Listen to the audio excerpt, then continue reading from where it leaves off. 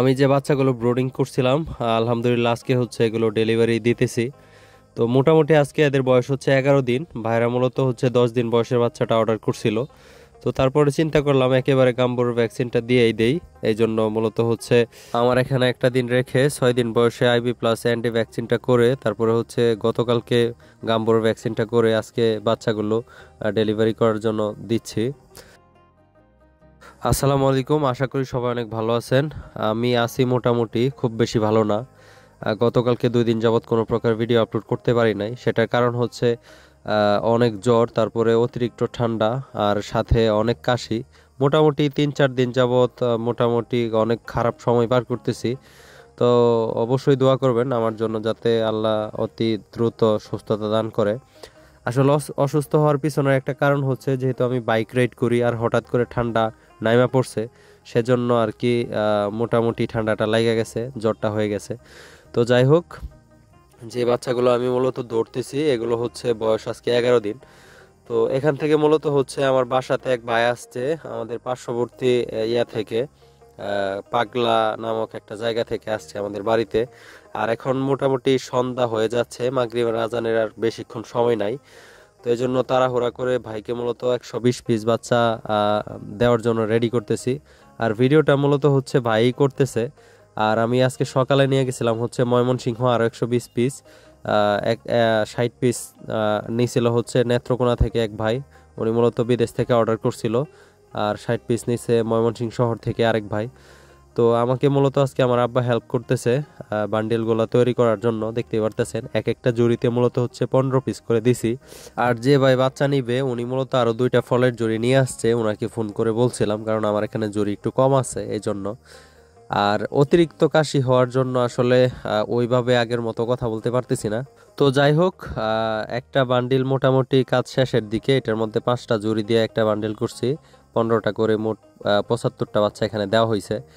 তো অনেকেই আমার জিজ্ঞেস করবেন একটা কথা, ভাই 11 দিন বয়সের বাচ্চা আপনি কত করে দিছেন? মূলত ভাইদেরকে কথা ছিল হচ্ছে BCRDV বা ওই যে আইবি প্লাস অ্যান্টি ভ্যাকসিনটা করে দিব 10 দিন বয়সে।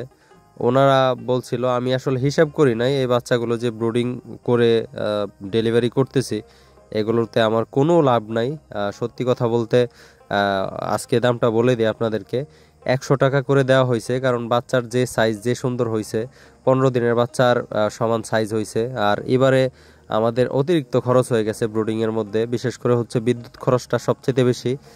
আর প্লাস কিছু অ্যান্টিবায়োটিক আছে, ওইগুলো কিছু প্রোবায়োটিক আছে, ওইগুলো আমি শুরু থেকেই খাওয়াই দিছি। কারণ আমি চাই না যে তারা কোনো প্রকার বাচ্চা নিয়ে যাতে কোনো প্রকার সমস্যার মধ্যে পড়ুক, এই জন্য। তো এই বাচ্চাগুলো মূলত হচ্ছে এমনিতে নর্মালি দাম আছে, যে পরিমাণ কোয়ালিটি তারপরে যে পরিমাণ সাইজ হয়েছে ওইগুলো দাম আছে মিনিমাম 120 টাকা। কিন্তু ভাইদেরকে আসলে আমি বুঝতে পারি নাই, কারণ হিসাব নিকাশ ছাড়াই আমি ওনাদেরকে বরাবর 100 টাকা করে বলে দিছিলাম। আসলে এটা কি বলে যে অনেকটা কমই ধরতে গেলে। তো যারা নিছে, যে এই আজকে ভাই আসলো, তারপরে আজকে আরো 2জনকে নিয়ে দিয়ে আসলাম সকালবেলা যায় ময়মনসিংহ শহরে। ওটা কোনো ভিডিও করতে পারি নাই, কারণ হচ্ছে শরীরের অবস্থা খুবই খারাপ। তো যারা নিছে বাচ্চাগুলো তারা আসলে অনেক খুশি হয়েছে, কারণ এত কম দামে আসলে এত সুন্দর বাচ্চা এটা কখনোই ওনারা কোথাও পাবে বলে আমার মনে হয় না। আর বাকি যেগুলো থাকবে ওইগুলো নিয়ে হচ্ছে আমি আগামীকালকে ঢাকাতে রওনা দিব, চেষ্টা করব অন্য কাউকে পাঠানোর জন্য। কারণ আমার শরীরের অবস্থা আসলে অনেক খারাপ। তারপরেও যেহেতু ভাই আসছে, ওইভাবে বাইকে সুন্দর করে দেওয়াটাই হচ্ছে আমার কাজ। আর আজকে থেকে প্রায় 10-11 দিন আগে ভাই মূলত বুকিং করছিল। তো আর অনেকে মূলত হচ্ছে ব্রুডিং করা বাচ্চা নিতে চান, টোটাল ভ্যাকসিন ট্যাক্সিন করা কমপ্লিট বাচ্চাগুলো নিতে চান। তো এইগুলো মূলত হচ্ছে 4টা ভ্যাকসিন করা হয়েছে, মারেক্স, ব্রনকাইটিস, তারপরে হচ্ছে আপনার গাম্বরু, আরেকটা হচ্ছে রানীক্ষেত, 4টা ভ্যাকসিন করা হয়েছে। তো অনেকেই 16-17 দিনের বাচ্চা নিতে চায় একেবারে ব্রোডিং ভ্যাকসিন কমপ্লিট। তো ওইটা আসলে ওই রকম সাইজে হয়ে গেছে বাচ্চা, কিছুটা কম। যদিও আসলে ভিডিও কোয়ালিটি তেমন একটা ভালো হইতেছে না, এটা কারণ হচ্ছে মাগরিবের আজান প্রায় দিয়ে দিবে, অল্প কিছু সময় বাকি আছে।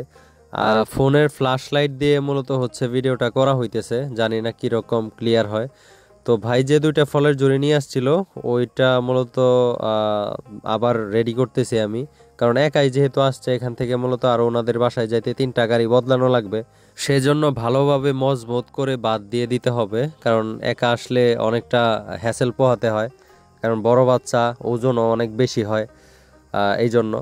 তো যাই হোক, আজকের ভিডিও যারা দেখবেন হয়তো আশা করি যে অনেকেই বাচ্চা নেওয়ার জন্য বলবেন যে ভাই আমাদেরকেও দেন এই রেটের মধ্যে এরকম বাচ্চা।